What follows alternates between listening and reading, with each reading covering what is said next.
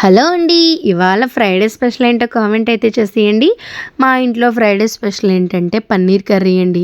చాలా బాగుంటుంది కదా. కొంతమందికి కూడా ఇష్టం ఉంటుంది, కొంతమందికి ఇష్టం ఉండదు.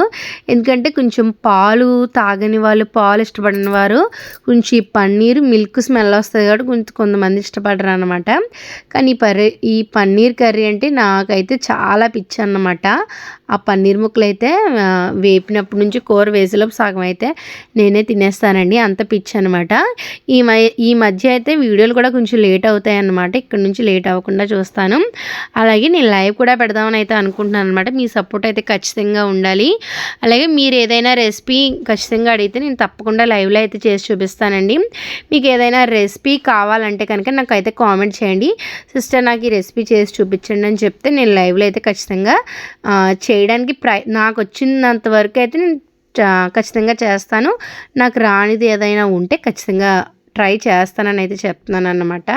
అలాగే మన ఛానల్ ఎవరైతే ఇంకా సబ్స్క్రైబ్ చేసుకోలేదో తప్పకుండా సబ్స్క్రైబ్ చేసుకోండి. మీ ఫ్రెండ్స్ అందరికీ కూడా తప్పకుండా షేర్ చేయండి. అలాగే ఈ పన్నీర్ కర్రీ రైస్లోకి, పులిహోరలోకి, రోటీలోకి కూడా చాలా బాగుంటుంది అన్నమాట.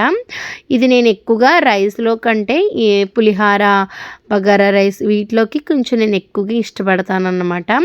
రైస్లో కూడా తింటాను కానీ వాటిలోకి అయితే ఇంకా కలుపుకుంటే చాలా బాగుంటుందండి. నేను కొంచెం గ్రేవీ లాగా అయితే చేస్తాను అన్నమాట. చూసారా పన్నీర్ అండి. ఇది కొంచెం స్టీల్ కడాయి కాబట్టి అంటుకుంటుంది అనమాట. మనకి మామూలు సేమియా టైప్ అయితే కొంచెం త్వరగా అంటుకోవు. కానీ పన్నీర్ కర్రీ అనేది టేస్ట్ సూపర్ ఉంటుంది అనమాట. ఈ పన్నీర్లో కూడా చాలా రకాలు ఉంటాయి. పన్నీర్ 65, పన్నీర్ మసాలా, ఇవన్నీ బటర్ మసాలా చాలా అయితే ఉన్నాయన్నమాట. నేను సింపుల్గా ఈ విధంగా అయితే ఎక్కువగా కర్రీ అనేది చేస్తానన్నమాట.